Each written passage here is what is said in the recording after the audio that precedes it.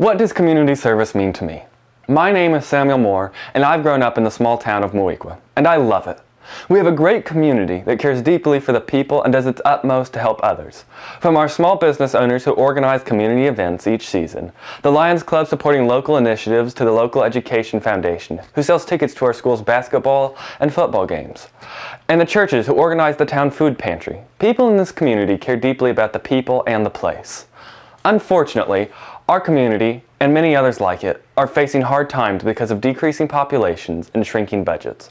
We as a community must work hard to fight these problems, to remain relevant, and to be more meaningful than a subdivision-style group of homes. To me, a community is not measured by its budget or its population, but the heart and the service of its members for the benefit of the community. How can you make a difference in your community? As class president, my family has been given the opportunity to plan a drug and alcohol-free post-prom to keep students safe on prom night. The planning has involved working with local businesses and many of the community organizers to gather food, funds, and an event space, and entertainment for the student body. Due to the recently lifted state restrictions, resources have been somewhat limited, but the event will be possible because of the big desire from our community to bring students together for a clean and a safe time. As a student who is in remote learning, long past my classmates last year because of my family's caretaking responsibilities, reestablishing events and traditions like this after the past 2 years of interruption are important to me. Likewise, the people of the town want things like this to happen more and really want it to come back, and they have rallied to support this post-prom endeavor with their time and their donations. Moving into the future, it is experiences like this and opportunities to work for good locally that have always fed my interest in local involvement and local elected service. While I'm pursuing a degree in finance, I'm confident that I will remain in a small town, and I have kept a keen interest in local politics as is the most directly impactful to the people of the community. Give an example of a time you set a goal. Did you meet it? Why or why not? I've currently set a goal to graduate high school and community college with an associate's in science at the same time. While I have not yet completed this goal, I am well over halfway of the way to doing it. I believe I have been able to pursue this goal because of my strong work ethic and a desire to learn. Getting my many college classes done while completing my schoolwork has meant late nights, summer classes, and staying up far into the weekends much longer than I'd rather to complete my courses. From the conquest of Napoleon and the governance of nations to the accounting cycle and cash flow, through hard classes or fun classes, I have not lost my desire to learn. It has been my love of learning and lessons learned beyond academics that's given me the confidence to finish the task I have set for myself.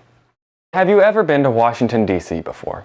I went to Washington, D.C. when I was much younger, and my parents took me to see family on the East Coast. I have many strong memories from that trip, but the one that stands out to me the most is seeing the Declaration of Independence and the Constitution, as well as seeing the other documents in the National Archives. The Declaration and the Constitution were stored in an amazing room with an amazing mural in the rotunda. It was amazing to think that the powers derived from the people were set down in those documents that have been preserved and empowered by communities all over America. In the National Archives, I saw other documents that, although not as famous, have just as much influence on people.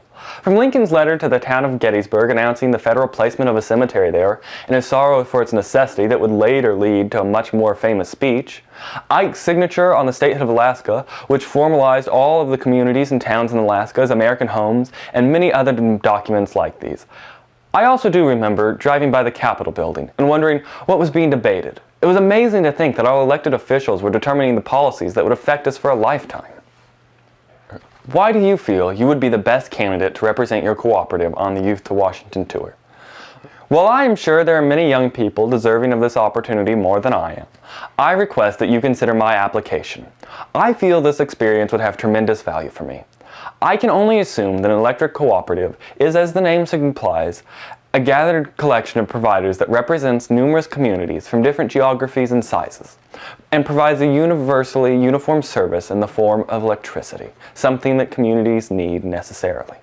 Communities like my little town and the people in my little town who seek to take care of one another and in which I play but a small role are likewise part of the larger community and a nation represented by those in Washington, D.C.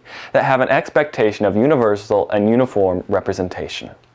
While I love history, I am pursuing an education in finance. While serving my current community, a long-term dream of mine is public service, even if only locally, and even if only for a short time.